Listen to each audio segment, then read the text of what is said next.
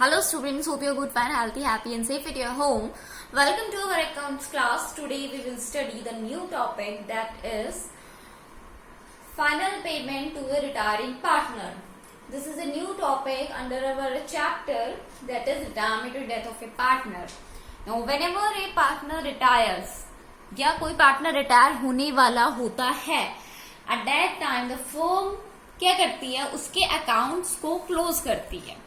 जो भी उसके अकाउंट्स ओपन हुए हैं या उसकी कोई भी एंट्री ओपन हुई है उसे वो क्लोज करेगी. For that the firm give final payment to retiring partner. अब वो सब करने का तरीका क्या होता है? वी आर कॉमर्शियल मीन्स हम कॉमर्स वाले हैं, हमारा तरीका प्रोफेशनल होगा. We are having a unique format for each and every treatment. हम रिटायरिंग पार्टनर को उसकी फाइनल पेमेंट यूं ही पकड़ा कर नहीं देंगे. हमारे पास एक ट्रीटमेंट है, उसके अकाउंट्स क्या होंगे, ओपन है तो क्लोज होंगे. अगर उसके पेमेंट के लिए कोई नई एडजस्टमेंट एंट्री ओपन हो रखी है, देन हम उसको ओपन करेंगे, रिकॉर्ड करेंगे, we will close it. Now here we will study अब ये फॉर्मेट क्या होता है, कैसे करते हैं. कोई पार्टनर रिकॉर्ड होता है, सो नेसेसरी हमारे पास 3 एडजस्टमेंट्स होती हैं. 3 एडजस्टमेंट्स ये होती हैं,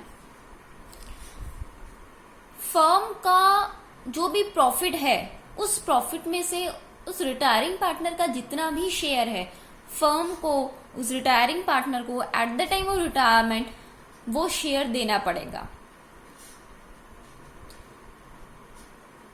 अगर फर्म का कोई लॉस है, फर्म कोई लॉस बियर कर रही है till the date of retirement of date partner, then retiring partner has to pay his share of loss to firm. Retiring partner भी अपने परसेंट का लॉस फर्म को देगा. कोई भी गेन इनकम फर्म में हुई है till the date retiring partner is working in that firm, firm को रिटायरिंग पार्टनर को वो गेन वो इनकम क्या करना पड़ेगा, ट्रांसफर करना पड़ेगा. इन्हीं सब चीजों को मैटर में रखते हुए हमारे पास 3 नेसेसरी एडजस्टमेंट्स होते हैं. Transfer of reserve, transfer of goodwill, transfer of profit and loss on revaluation. Transfer of reserve, पहली चीज होती है ट्रांसफर ऑफ रिजर्व. फर्म के पास कुछ रिजर्व होते हैं जो वो आपातकालीन, फर्म की आपातकालीन स्थिति में ही अपने रिजर्व्स को क्या करता है, ओपन करता है. अब ये रिजर्व्स का यूज कहां कहां पे होता है और कैसे होता है, this we will study in company account. Company account हमारे इसी स्टैंडर्ड में है, 12th स्टैंडर्ड में ही है. And we will study company account and then we will study depth about reserves. Now goodwill, firm ने अब तक जो भी गुडविल की वैल्यू है फर्म की, उसमें से जितना भी परसेंट ऑफ शेयर पार्टनर का है वो पार्टनर को ट्रांसफर होगा. किस पार्टनर को, रिटायरिंग पार्टनर को ट्रांसफर होगा. Profit and loss on revaluation at the time of retirement, admission and dissolution of A firm. Firm में क्या होता है, एसेट्स एंड लायबिलिटीज का रीवैल्यूएशन होता है. रीवैल्यूएशन में जो भी प्रॉफिट या लॉस आया है, दैट प्रॉफिट और लॉस क्या होगा, रिटायरिंग पार्टनर को उसके पोर्शन के अकॉर्डिंग ट्रांसफर होगा. नाउ ये सब जब हम ये सब इवेल्युएट कर लेते हैं तो कैपिटल अकाउंट में जो भी बैलेंस आता है, राइट, कैपिटल अकाउंट में जो भी बैलेंस आता है वो हम क्या करेंगे, वो बैलेंस क्या रिप्रेजेंट करता है कि हमें रिटायरिंग पार्टनर को कितना अमाउंट पे करना है. What amount we have to pay the retiring partner. The standing of credit balance of that capital account balance represent this. Now here we will study journal entries. हम journal entries study करेंगे कि हम retiring partner को जब भी कोई amount देते हैं देन वो किस तरीके से देते हैं, we will study this. So पहला जो है यहाँ पर वो है paid in cash. When retiring partner का जो अमाउंट है वो that is fully paid in cash, fully paid in cash. At that time हमारी एंट्री क्या होगी, retiring partners capital account debit to cash bank account. ना guys, here I am assuming that आप सबको अकाउंटिंग के golden rules आते हैं। ये जितनी भी एंट्रीज हम यहाँ पे करते हैं ये अकॉर्डिंग टू गोल्डन रूल्स हो रही हैं। मूविंग फॉरवर्ड, पहली सिचुएशन क्या थी, जब हमने पूरे अमाउंट कैश में पे करा। दूसरी सिचुएशन ये है, रिटायरिंग पार्टनर का जो अमाउंट है वो हमने पे नहीं करा। हम मीन्स फर्म ने पे नहीं किया। फर्म के पास क्या है, रिटायरिंग पार्टनर का अमाउंट पेंडिंग है पे करना, ड्यू है। ड्यू मीन्स देना है उसको, फर्म को। तो जब तक वो अमाउंट रिटायरिंग पार्टनर को फर्म दे नहीं देती, at that period of time that amount will be treated as loan. Firm के लिए वो अमाउंट लायबिलिटी होगा as a loan given by the retiring partner to firm. In that situation हमारे पास journal entry क्या होगी, हम रिटायरिंग पार्टनर के capital account को डेबिट करेंगे और क्रेडिट क्या होगा, रिटायरिंग पार्टनर का लोन अकाउंट। अभी तक हमने दो सिचुएशन करी, एक में जब फुली अमाउंट कैश में पे हुआ है, दूसरा जबकि अमाउंट पूरा ही अमाउंट पे नहीं किया गया है और अमाउंट कैसे ट्रीट किया है, लोन में। अब हमारे पास क्या सिचुएशन है, जबकि हम हमारे पास सिचुएशन ये है कि हमने सम अमाउंट तो हमने कैश में पे किया है एंड सम अमाउंट हमने लोन में। एट दैट सिचुएशन हमारी एंट्रीज क्या होगी, रिटायरिंग पार्टनर कैपिटल अकाउंट को हम डेबिट करेंगे टू कैश बैंक अकाउंट। जितना भी अमाउंट हमने कैश में पे किया है उतना अमाउंट हम क्रेडिट करेंगे और रिमेनिंग अमाउंट क्या होगा, रिटायरिंग पार्टनर के लोन के अकाउंट में क्रेडिट होगा। नाउ व्हेन, अब क्या है, ये हमारी थर्ड सिचुएशन है। हमारी फोर्थ सिचुएशन ये है कि अगर फर्म ने क्या है, पेंडिंग रखा है अमाउंट रिटायरिंग पार्टनर का, देन वो क्या होगा, लोन है, टर्म्ड एज लोन तो है। नाउ अगर ये लोन है देन इस लोन पे इंटरेस्ट भी तो आएगा, इस लोन पे इंटरेस्ट भी आएगा। और अगर फर्म लोन को एक साथ नहीं पे करती है, इंस्टॉलमेंट्स में पे करती है, एट दैट सिचुएशन क्या होगा, दैट सिचुएशन वो जो पेइंग अमाउंट है प्रिंसिपल और इंटरेस्ट दोनों ही इंक्लूड करेगा। अब यहां पे प्रिंसिपल क्या है,